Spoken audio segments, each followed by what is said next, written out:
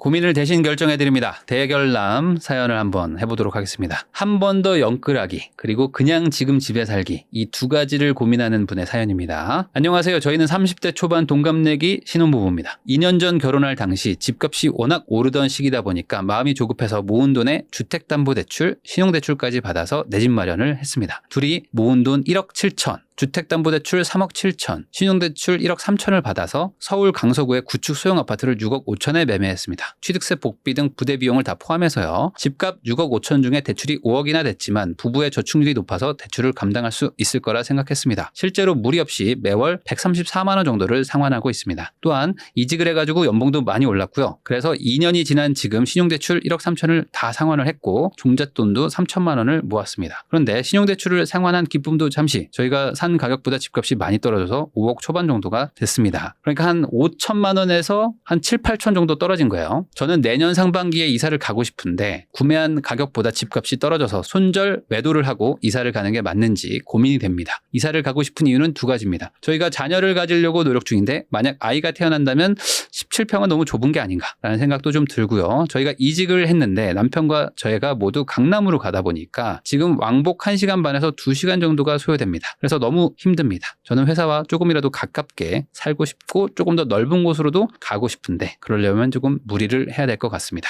동작 성동 중구에 20평대 30년 이상 된 재건축 예정 구축 아파트를 알아보고 있는데 9억대 정도를 생각하고 있어요. 저는 이렇게 돈을 충당하려고 합니다. 내년 정도 되면 한 1억 정도 모을 것 같고요. 그러니까 1년에 한 7천 정도 저축을 하는 분들이에요. 회사에서 1억 무이자 대출이 나옵니다. 이런 거는 받으면 뭐 나쁠 게 없죠. 회사에서 무이자로 해주는 거니까. 집을 매도하면 한 1억에서 1억 5천 정도 남을 것 같습니다. 그리고 나머지 70%를 주담대로 받는 거예요. 그러니까 한마디로 다 대출이죠. 이것도 대출인 거죠. 그렇게 해서 6억에서 6억 5천 정도를 대출 받으면 월 300에서 350 정도 갚을 것 같은데 저희 소득으로 감당 가능할 것 같습니다. 저희가 소득이 한 950만 원 정도 세후로 나옵니다. 그러니까 이 두 분이 뭐 대기업이거나 아니면 대기업급의 소득이신 거예요. 거기다가 저축도 많이 해. 저축을 지금 650만 원 정도 합니다. 거기다가 지금 원리금이라고 해봐야 뭐 많이 나가는 게 아니다 보니까 저축을 650 하는 부분인데 여기서 350 나가도 여전히 300 정도 저축이 된단 말이죠. 그러면 생활비도 많이 안 쓰시는 분들이니까 충분히 감당 가능하지 않겠는가. 아이를 낳아도 육아휴직이나 아이 수당을 더하면은 버틸 수 있지 않을까요? 라는 겁니다. 자, 그런데 남편은 조금 반대입니다. 왜냐면 지금 집값이 떨어져 있기 때문에 지금 팔면 손해가 확정되는 것이 아니냐. 그러니까 차라리 조금 더 기다려서 오를 때 팔자. 아니면은 내년 6월에 갭이 3억 정도. 왜냐면 종잣돈이 1억에 회사에서 1억 빌려주니까 거기다가 신용대출을 차라리 한 번 더 받자. 그래가지고 1억을 더 받아서 3억 정도 돈을 만든 다음에 거기에 전세를 끼고 일시적으로 2주택을 해가지고 그 다음에 그 두 채를 보유하다가 집값이 회복되면 매도를 하자는 입장입니다. 그러니까 지금 집이 손해가 났는데 이 손해를 지금 팔아버리면 확정이 되니까 가지고 가다가 회복되면 그때 팔고 싶다는 마음인 거죠. 자, 그런데 이렇게 하는 게 맞을 건지 아니면은 지금 그냥 팔고 대출을 받아서 1주택으로 갈아탈지가 고민입니다. 이번에도 실패하게 되면 너무 잃을 게 많을 것 같은데 어떻게 할지 조언을 좀 부탁드립니다. 라는 거였습니다. 제가 이거 커뮤니티에 올렸는데 많은 분들이 거의 70%에 가까운 분들이 그냥 지금 집에 살으라 라고 선택을 해주셨어요. 자, 그리고 이제 한 30% 정도가 한 번 더 연끌을 하라 라고 이제 말을 해주셨는데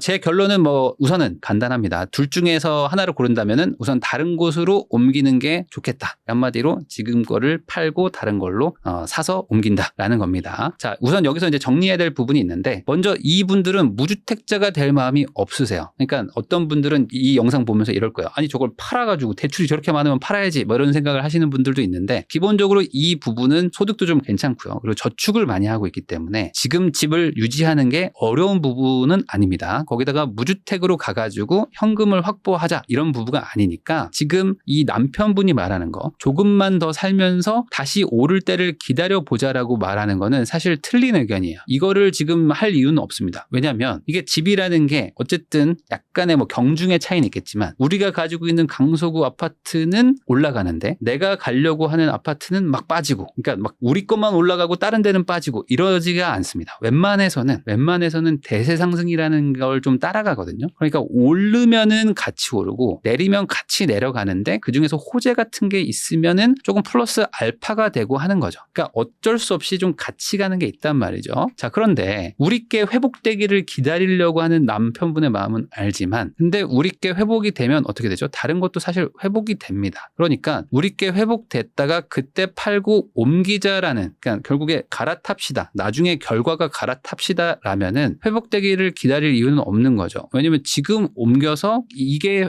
회복되나 내게 회복되고 나서 여기서 옮기나 어차피 똑같다. 오히려 내가 더 비싼 집을 나중에 가려고 한다면은 같이 회복되면은 똑같이 1억이 올라가는 게 아니죠. 회복되는 양은 절대값이 훨씬 더 비싼 집들이 더 크기 때문에 오히려 지금 회복 양을 따져볼 필요도 있는 거예요. 그래서 이 기준은 이거 같아요. 우리 집이 지금 있잖아요. 그러니까 우리 집이 이제 언젠가 이제 회복이 올 거라고 믿는다면 이 회복기가 올 거 아닙니까? 그럼 이 회복기에 우리 집은 인기 있는 집인가? 라는 거를 한번 생각을 해보면 됩니다. 회복기라는 거는 어쨌든 불황을 지나서 회복이 되겠죠. 그때 되면 어떤 집들이 올라갈 것인가? 당연히 이제 불황 지나고 나서 이제 실거주 수요들이 많이들 움직이겠죠. 집을 살려는 사람들은 아무래도 투자보다는 불황이 이제 막 끝났다면은 이제 실거주 수요들이 많이 움직일 것이고 그럼 실거주 하려는 사람들이 좋아하는 집들을 아무래도 먼저 빨리 움직임이 포착이 될 텐데 내 집, 우리 집, 이 17평짜리 이 집이 그런 집에 해당이 되나? 라는 걸 가지고 판단하시면 될 것 같아요. 그러니까 무엇을 가지고 있을 때 유리한가? 지금 신용대출 1억 3천에 종잣돈도 3천만 원 정도를 모은 분이야. 2년 정도 만에. 거기다가 1억의 무이자 대출도 가능하고 집을 팔면 1억에서 1억 5천 정도가 남는 분입니다. 그러니까 이거를 다 모으면 한 4억 정도의 뭐 현금성 자산을 만들 수가 있어요. 집을 팔면. 그러면 이 정도면은 적은 돈은 아니시죠. 거기다 저축도 잘하고 있는 분들이에요. 자, 그러면 이분들이 일시적 2주택을 하면 될까? 자, 남편분이 일시적 2주택을 제안했는데 6월에 갭 3억으로 한 채 더 사면은 지금 자산에다가 지금 대출에다가 추가로 더 키우니까 실제로 아마 사시면은 거의 12, 3억 정도 자산 12, 3억 정도의 대출을 한 5, 6억 이상 정도 끼시는 판이 되겠죠? 그러면 우리 부부한테 과연 이걸 감당할 수 있을까? 쉽지 않다. 왜냐하면 지금 자녀를 출산하려고 마음을 먹고 있죠. 그럼 육아휴직까지 한다면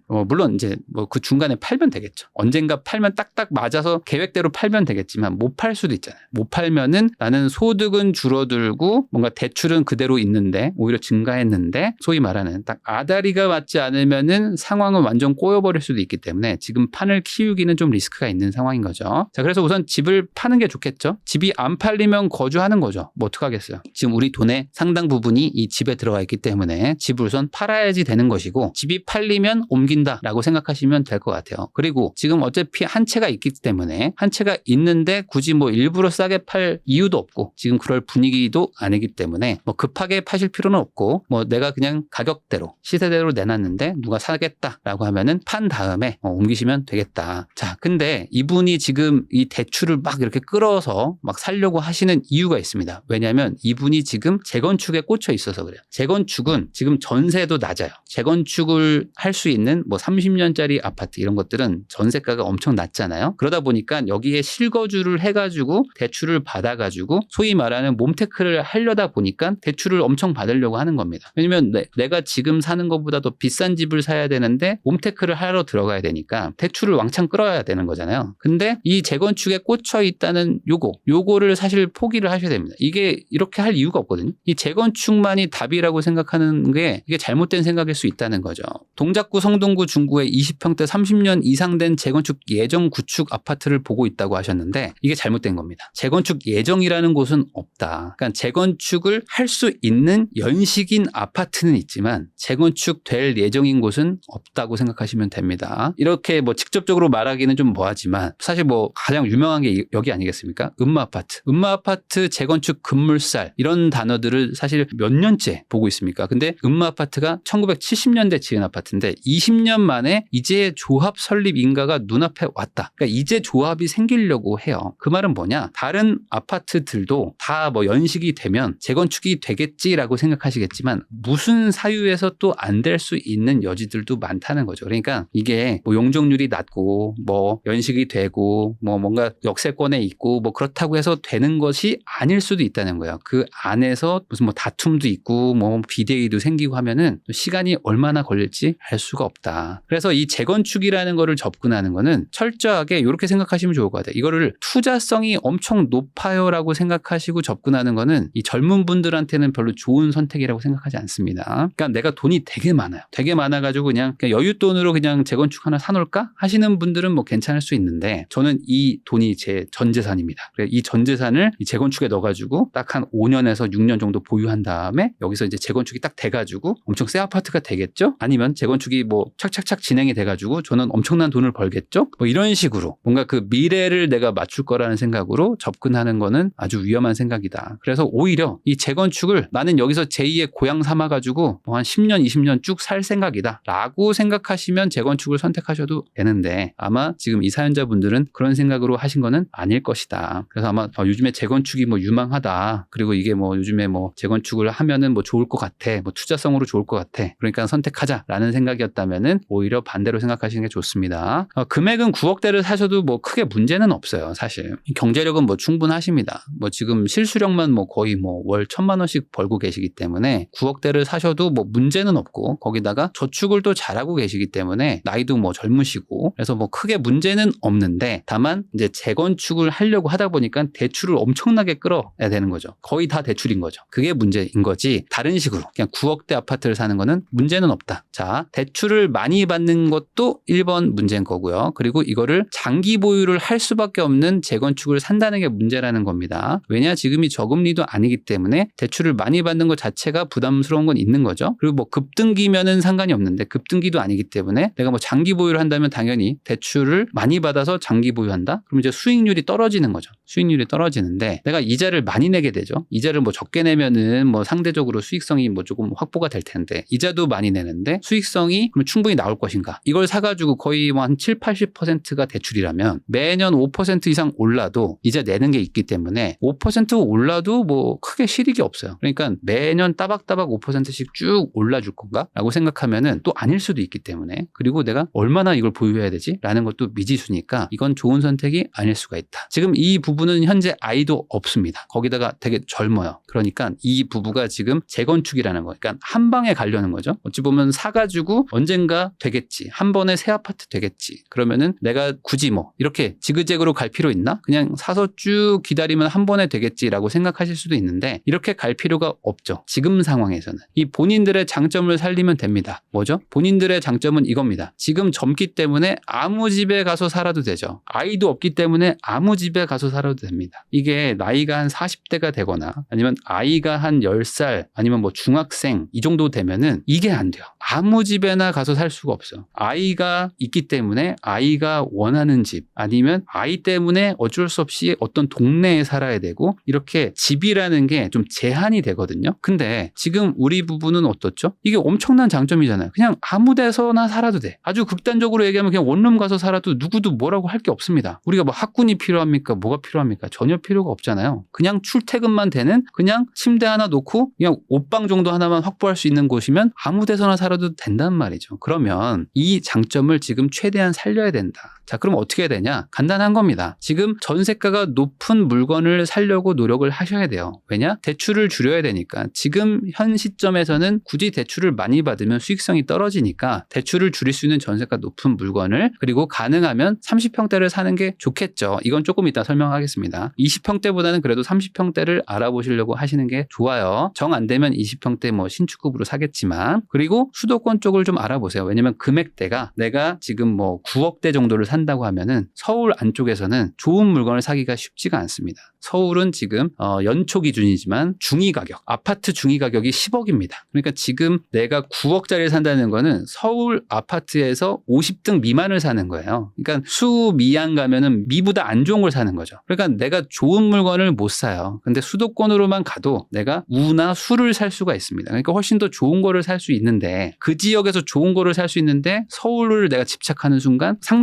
상대적으로 조금 나쁜 물건을 살 수가 있단 말이죠. 그러면 나는 대출도 많이 받고 상대적으로 좀 나쁜 물건을 사면서 오히려 이자는 많이 내고 그런 상황을 굳이 만들 필요가 있는가? 자, 그럼 우린 어디 가서 삽니까? 우리는 당연히 아무 데서나 살아도 되니까 주거비 낮은 거, 내가 감당할 수 있는 가능한 한 저렴한 주거비에 월세를 살면 된다. 우리는 이게 특권이라고 생각하시는 게 좋습니다. 많은 분들이 지금 아마 예비 신혼 부부들도 보실 텐데 지금 신혼일 때 이게 특권인 거예요. 신혼일 때 정말 낡은 집, 신혼일 때 작은 집, 신혼일 때 싼 집에 사는 게 특권입니다. 나중 되면은 살고 싶어도 못 산다. 산다니까. 거기다가 출퇴근 편도 1시간 정도 지금이신 것 같아요. 왕복 1시간 반이라고 하셨잖아요. 그러면 그게 엄청나게 힘든 거냐라고 얘기를 한다면 이 정도는 좀 감수할 만합니다. 그러니까 뭐 이게 편도 뭐 2시간이면 제가 뭐라고 하겠는데 그 정도도 아니면 이 정도는 갈만하거든요. 못 갈 정도는 아니다. 그러니까 이 정도로 해가지고 고르시는 게 좋을 것 같아요. 왜냐하면 강남권으로 편도 1시간 이내로 가려고 하면은 이 주거비가 너무 비싸져요. 너무 극도로 비싸집니다. 그러니까 편도 1시간 정도에서 뭐 빌라 같은 거나 이런 데로 좀 집 낡은 집으로 가셔가지고 사시는 거를 좀 추천드립니다. 거기다가 지금 이분들은 실거주할 이유가 별로 없어요. 왜냐면 뭐 강남 3구랑 용산 빼고는 지금 뭐 2년 보유만 하셔도 됩니다. 굳이 뭐 내가 거주를 안 해도 1주택자이시기 때문에 비과세 구간이거든요. 그러면 그 비과세를 다 받을 수가 있는데 굳이 실거주하면서 뭐 이자 내가면서 살 필요가 있을까? 그냥 최대한 싼 집에서 사시면서 뭐 아이를 가지시려면 뭐 그냥 임신을 하시는데 노력하시고 아이가 생겨도 어차피 임신 기간이 오래되기 때문에 그 기간 동안 뭐 차근차근 뭐 그냥 신혼생활을 즐기시면 되지 않을까라고 생각합니다. 자, 지금은 어쨌든 변수들이 좀 있어요. 그러니까 이런 상황에서 뭐 중금리 정도 되는 상황에서 대출을 막 너무 많이 받으려고 하지 마시고 대출을 좀 적게 받으려고 하면 좋다. 그러면 전세를 어쨌든 받는다는 건 전세는 무이자 대출을 받는 거니까 대출을 적게 받는데 전세를 끼면 좋겠죠. 그리고 뭐 2년 뒤에 팔 수 있거나 4년 뒤에 팔 수도 있을 만한 물건을 사는 게 좋습니다. 그래서 20평대보다는 30평대를 사는 게 그나마 조금 더 안전한 선택일 수 있다는 거죠. 왜냐하면 실거주자들이 사기 좋은 물건을 선택하는 게 지금은 그래도 좀 좋은데 실거주자들이 20평대보다는 30평대에 조금 더 선호도가 높겠죠. 자, 그리고 우리는 실거주를 그럼 언제 합니까? 한 10년 뒤에 하셔도 뭐 전혀 문제는 없다. 지금 아이도 없는데 10년 뒤래 봐야 뭐 40 초반일 거 아닙니까? 그때 되면 뭐 아이도 이제 뭐 초등학교 가네 마네 할 거란 말이죠.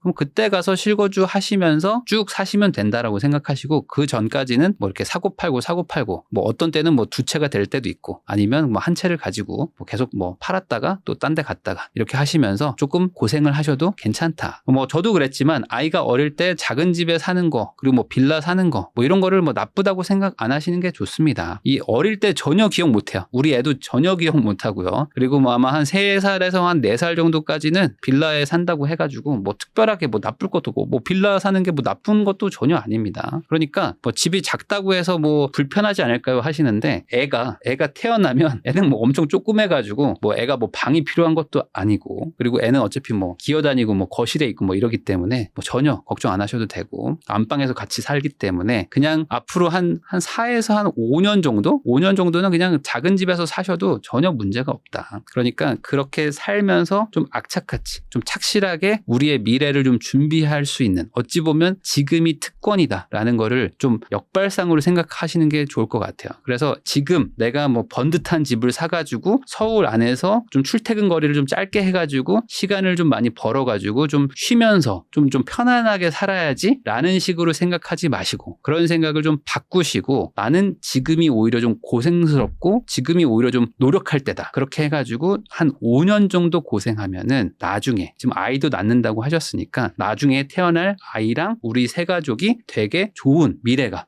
확실하게 바뀌고 인생이 되게 좋은 방향으로 변하겠구나 라는 거를 생각하시고 지금은 완전히 다른 방향 반대로 생각하시는 게 좋을 것 같다. 지금 모을 수 있을 때 바짝 모으시는 게 정말 좋을 겁니다. 지금 되게 상황 좋거든요. 근데 이 상황에서 잘못된 방향으로 가지 마시고 제가 말한 거 한번 깊게 고민하셔가지고 악착같이 한번 모아보세요. 그러면은 딱 5년만 해보세요. 그럼 통장에 들어있는 돈 우리가 가지고 있는 자산이 완전히 달라질 겁니다.